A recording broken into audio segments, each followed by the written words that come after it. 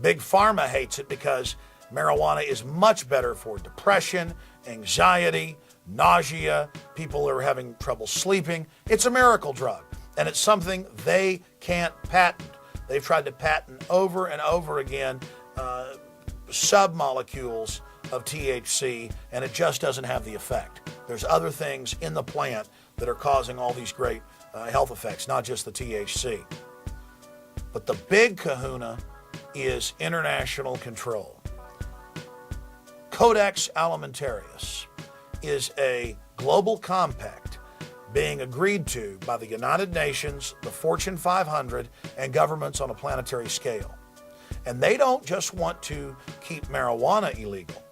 They want to criminalize over-the-counter sale of vitamin C, fish oil, colloidal silver, aloe vera, and literally thousands of natural herbs, plants, minerals, and vitamins. They want to make you go to a doctor. They want to make these controlled substances. They want to patent them.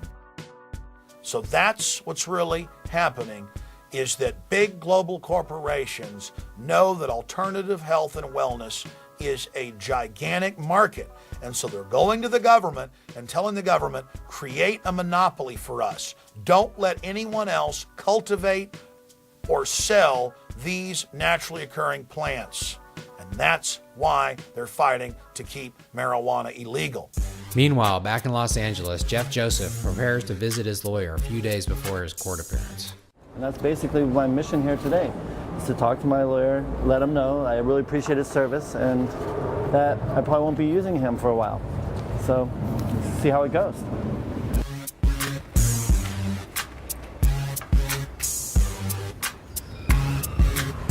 Oh, it's working. You mind if we go in with it? Okay. Number 10?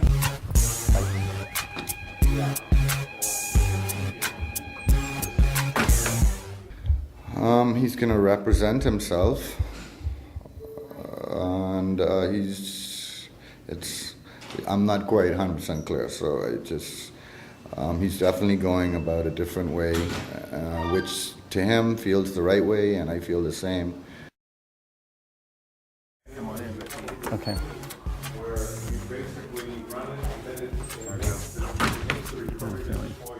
The saga continues. Well, according to my lawyer, I'm not indicted. I don't have a case. They don't have anything filed yet.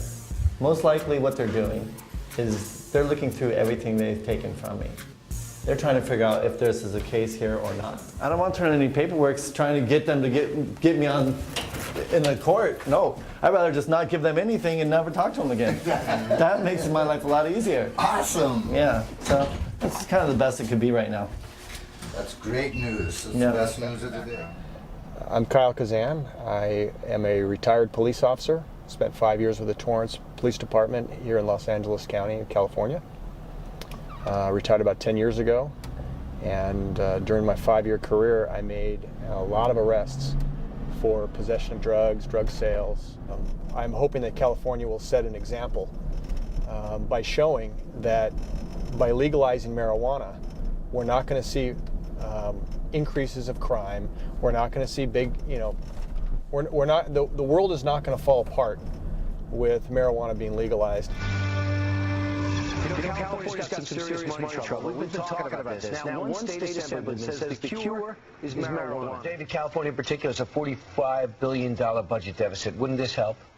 Well, I don't think so, because if you legalize marijuana and people can sell it and advertise it and promote it, marijuana use is going to go up. And when marijuana use goes up, all of the costs connected with marijuana use go up. Like, for example? Well, crime costs, healthcare costs, drug treatment costs. It's a gateway drug. Drug driving is going to be going up. So those are all costs that go up. There's also spiritual losses. When you have a kid addicted to marijuana, that's a terrible problem for a family. But they're still smoking it, right, Ethan? I got to tell you, whether it's legal or not? Smoking marijuana is a gateway to becoming president. I mean, the current guy smoked and he said he did inhale. The previous guy, he smoked, he wouldn't admit it. The previous guy said he did inhale. Quite frankly, over 100 million Americans have smoked marijuana. It's something that huge numbers of people have done. The vast majority did not get in trouble. You need to bring big pharmaceutical and alcohol companies on board and somehow they're going to need to profit from marijuana as well. And once they start lobbying for it, I think you'll see less enforcement. Regardless of all the liberal talk coming out of Washington, to this day, hundreds of thousands of people are arrested annually and locked into cages because of a plant that grows naturally. The drug-dealing banks own and control many of the private prisons that hapless drug users are incarcerated in. There's an inflection point that when we get over 3.2% of the population incarcerated, it actually increases crime. And we have, in certain populations, way over that. They put the illegal drug user in the private prison owned by the big banks that launder the drug money to begin with. It's the perfect tax. Within any population, 1 to 2% are sociopaths, and those are the ones that need to be locked up if they're dangerous sociopaths. I was beat up by over 22 Philadelphia police. I was left for dead. And if it was marijuana, I wouldn't be sober. I wouldn't be forgiven. I wouldn't be good. You know, and that's the way I look at it. This is where this comes from. Brutality. And I love every police same way. See it? That is the power of marijuana. See it? Know that.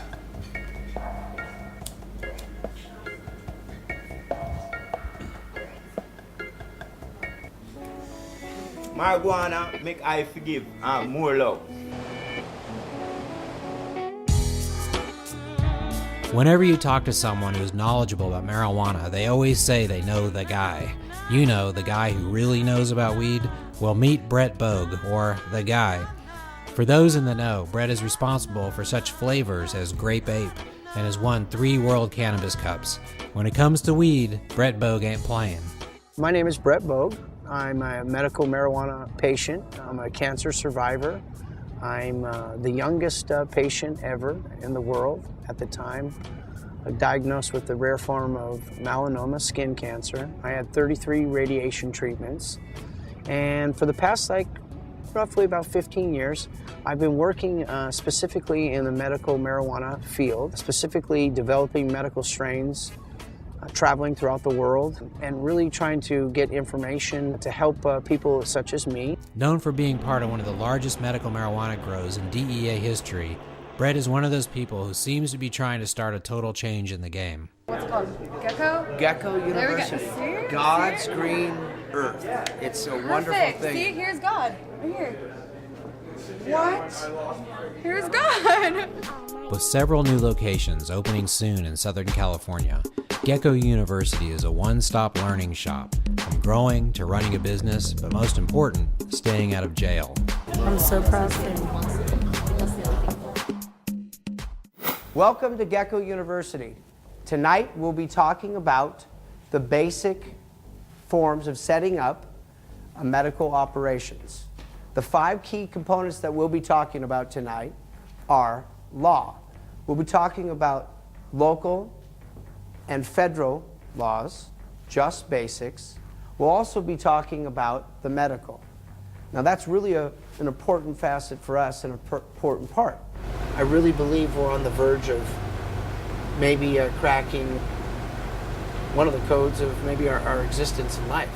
What I mean by that is we really want to emphasize on CBDs. Now CBDs can be found on the green leaf matter of any medical marijuana plant. Now CBDs, I'll pass it around, are very important to one's body. They help with inflammatory reduction. They also help with nausea. They also help with anxiety. And they've been known to prevent precancerous cells. So it's a very powerful, very new to the medical community as far as the applications. And a lot of doctors are really getting hip and understanding. And that's where we really want to make a difference with our school. We want to be able to provide up-to-date information with the doctors. But I think if one takes the time to really look at what this plant really means to our planet, I think you're going to have to agree it's almost the most essential part of our existence. 2-3 drops, that's more than enough, and sit down and have a place to relax, because you're going to be sitting down for a while, I guarantee you. So now finally, It's the horticulture part. Now, for those that you don't know, I am an International Cannabis Cup winner, 3-time International Cannabis Cup winner. I've created such strains as Grape 8, Kai Kush, the Pez, Levity, Silverback, the Goo, just to name a few. So it's very fun, you know, and exciting for me to kind of teach this part of the course. And right now, you know, it's just a thrill to kind of, you know, be out here to explain this to you guys. But if you make marijuana legal, it goes from being a back alley thing, something shipped in from Mexico, sprayed with toxic chemicals, to a high art form, to the equivalent of fine wine vineyards today in Northern California and France. And that's already happening in the Emerald Triangle in Northern California, where there are thousands of different strains and varieties of cannabis being grown and developed. And as the medical studies begin to come out of these different varieties, they're finding even more and more medical treatments. This really is a wonder plant. And over the past probably 10 to 15 years, the medical field and even personal use has really elevated its game. And I think that's where a lot of us breeders, such as me, I own Apothecary Seeds in Amsterdam, it really hit home for me personally with getting cancer to really work on specific strains and specific regions and really go to those areas and find out about the history of the strain and really try to produce something that is indigenous not only to certain regions, but certain areas and certain, frankly, religious groups use sacrament for many thousands of years. And to go back to these certain countries and regions and find the history of this and be able to bring it back here to America and then crossbreed and to be able to create something as fabulous. And we've won, again, international acclaim through our breeding techniques and our processes. And we hope in this upcoming year, I've got 2 or 3 new strains that will be entering into the Cannabis Cup in Amsterdam this year that really, well, I hope will win. I definitely think through the research we've done medically, we are definitely one of the leaders, if not the leader, in the world when it comes to medical marijuana strains. I hope this is all right if I smoke this. Yeah. So I'm gonna go ahead.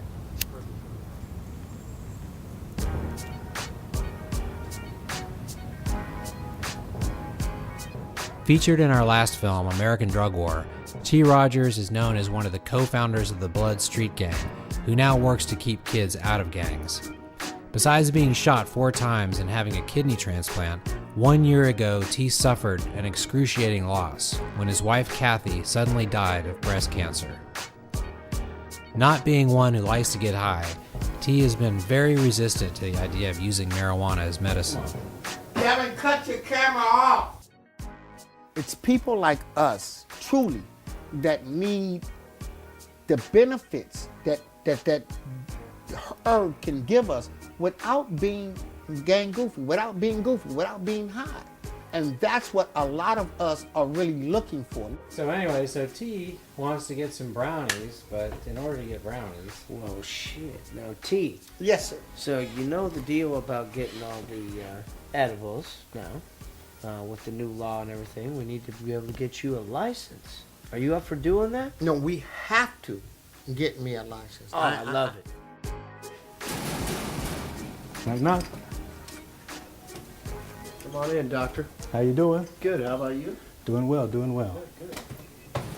Did I get the right place? I think you got the right place, sir. All right. Dr. Alexander here. Exactly.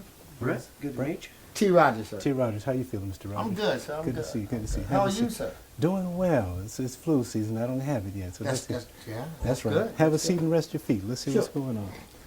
My name is Dr. Edward Alexander. I'm an internist in Los Angeles, California. I'm also an expert in medical marijuana, and I do house calls. The issue of the kidney is going to be the big one for us too, because we really want to know how does this impact your immunity. And those are, given that you're already using it, first things first, Actually, I'm not. You're not using it? No. Okay, so we're in the discovery phase.